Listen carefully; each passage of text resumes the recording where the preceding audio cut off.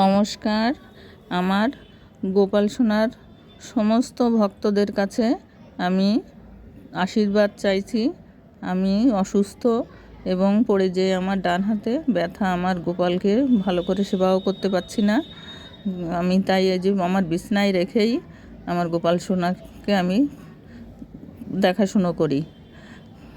যাই হোক, আপনারা আমাকে আশীর্বাদ করবেন যেন আমি তাড়াতাড়ি সুস্থ হয়ে উঠি।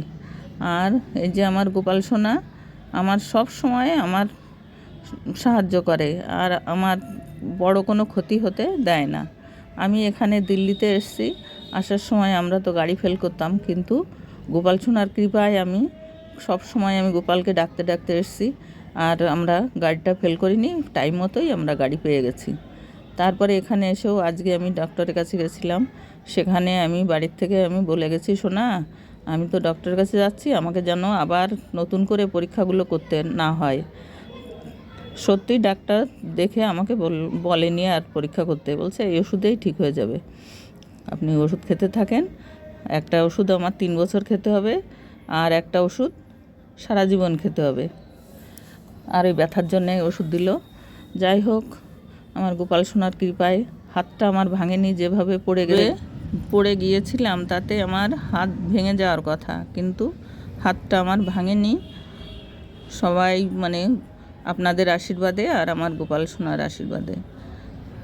তা আমার গোপাল সোনা খুবই আমাকে ভালোবাসে, সবাইকেই ভালোবাসে গোপাল সোনা। গোপাল সোনা তো অন্তর্যামী ভগবান, সে জানে যে আমার হাতটা ভেঙে গেলে আমি কি করে তার সেবা করতাম।